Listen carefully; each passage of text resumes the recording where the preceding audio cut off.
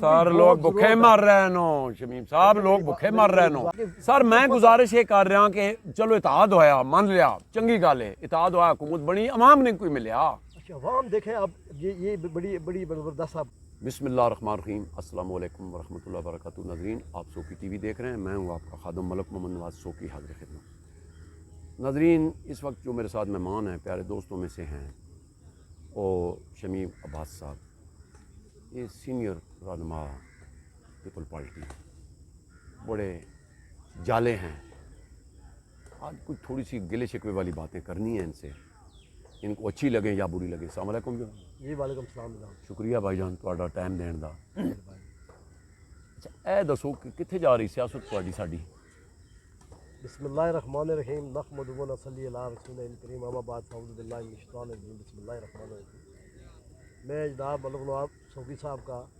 اور سوکی T V کا شکریہ ادا کرتا ہوں جنہوں نے آج مجھے موقع فراہم کیا کہ میں اپنی پارٹی کے بارے میں کچھ چند اقتباسات بیان کر سکوں جی دیکھیں جی آج جو موجودہ دوران جو دور گزر رہا ہے اس میں پاکستان کی سیاست جو ہے وہ انتہائی جو ہے وہ آپ کو پتہ ہے بھی ہے کہ انتہائی جو ہے وہ نامساعد حالات سے گزر رہی ہے ملک جو ہے وہ اس وقت انتہائی جو ہے وہ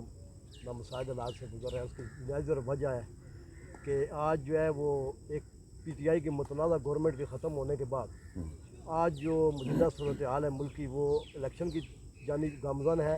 اور ساری جو جماعتیں ہیں ان کی کوشش ہے کہ الیکشن بر وقت ہوں ٹائم پر ہوں تاکہ آنے والی حکومت جو ہے منتخب حکومت جو ہے وہ جو ملک کے جو بنیادی مسائل ہیں ان کا جو ہے وہ تدارک کر سکے ان کا حل جو ہے وہ پیش کر سکے تو اس وقت جو ہے وہ سارے جو ہے لوگ وہ الیکشن کی طرف دیکھ رہے ہیں سیاسی جماعتیں بھی اور پاکستان پیپلز پارٹی کی بھی یہ ہمیشہ سے کوشش رہی ہے کہ ملک میں جو ہے بر وقت الیکشن ہو تاکہ لوگوں کی منتخب حکومت آئے اور ملک کے جو بنیادی مسائل ہیں ان پہ جو ہے نا وہ بات کی جا سکے شمیم صاحب یہ دسو کہ میرے حساب نال تسی منو نہ منو پیپل پارٹی نال تھوڑا جہا ہاتھ نہیں ہو گیا میں نہیں سمجھتا کہ پیپلز پارٹی کے ساتھ ہاتھ ہوا ہے میں اس وقت جو موجودہ صورتحال میں ابھی جو موجودہ صورتحال اس کے بارے میں یہ بتانا ضروری سمجھتا ہوں کہ مسلم لیگ نون کی جو جماعت ہے وہ اپنے آپ کو اس وقت نجات دہندہ کے طور پر پیش کر رہی ہے جس کی میں مذمت کرتا ہوں آپ ملک صاحب آپ بھی سیاست پر بھی نظر رکھتے ہیں ملک کے جو بنیادی مسائل ہوتے ہیں یا ملک میں جو تعمیر و ترقی ہوتی ہے وہ لوگوں کے علم میں ہوتی ہے ابھی دیکھیں کہ سی پیک جو ہے وہ اسد علی زرداری صاحب نے جا کے چائنا کے ساتھ معاہدہ بالکل خاموشی کے ساتھ معاہدہ کر کے آئے اور وہ انہوں نے اس پہ عمل درآمد شروع کیا جو ابھی وہ کہتے ہیں جی یہ سی پیک ہم نے شروع کیا ہے کوئی بات وہاں پہ آ گئی جو ہماری جو بدقسمتی ہے اس ملک کی کہ ایک حکومت جاتی ہے کوئی پروجیکٹ شروع کرتی ہے دوسری آ کے تختی اپنی لگاتی ہے وہ کہتی ہے ہم نے کیا ہے پیسہ آپ کے اور میرے ٹیکسوں کا اس غریب عوام کا پیسہ پسے ہوئے عوام کا پیسہ سیاست کر رہے ہیں یہ لوگ ابھی دوسری بات یہ بتائیں کہ آج باقاعدہ طور پر مسلم لیگ نون جو ہے وہ اشتہارات کی شکل میں یہاں پہ یا آپ کے تمام چینلوں پہ ایک مہم شروع کی ہے جہاں شہباز شریف اپنے آپ کو ہیرو کے طور پر پیش کریں میں اس کی مذمت کرتا ہوں پاکستان سسٹم کو بچانے کے لیے اس سسٹم کو بچانے کے لیے اسد زرداری صاحب نے وہ مفاہمت کی سیاست کو مد نظر رکھتے ہوئے مفاہمت کی سیاست کی اور اس سیٹ اپ کو بنانے میں اسد علی زرداری صاحب کے ڈیرے کے چکر لگا کر انہوں نے یہ ایک سیٹ اپ جو ہے وہ اسد زرداری صاحب نے کیا اور غیر جماعتی اتحاد ہوا سر نہیں خیر وہ اتحاد تو جڑا ہے وہ ٹھیک ہے مطلب ہوا لیکن وہ کریڈٹ میں فضل الرحمان صاحب نے دینا اور بہت سونا پل بدا یہ جا پل بدا اس کے سارے ہکی جائی انہیں مطلب ہے جی شتیلیاں نہیں پہنیاں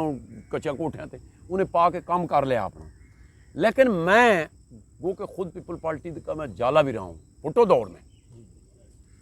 پھر وہ بے نظیر کو بھی ووٹ دیے زرداری صاحب جب آئے ہیں تب بھی دیے ہیں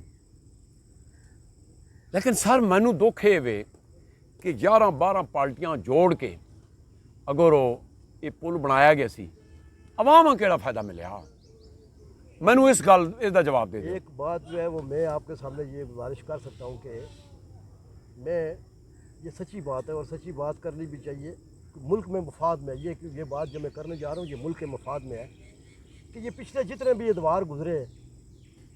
پاکستان پیپلز پارٹی ایک واحد جماعت رہی ہے جس نے پسماندہ لوگوں کے لیے کام کیا ہے اور کام کرنے کی اب سر لوگ بھوکے مر رہے نو شمیم صاحب لوگ بھوکے مر رہے نو گزارش سن لیں میں یہ یہاں پہ گزارش کرنا ضروری سمجھتا ہوں کہ ہم ایک ملک کو ایک فلائی اسٹیٹ بنانے میں ناکام رہے یہ اوور آل اگر سچویشن اس ملک کی دیکھیں تو شروع سے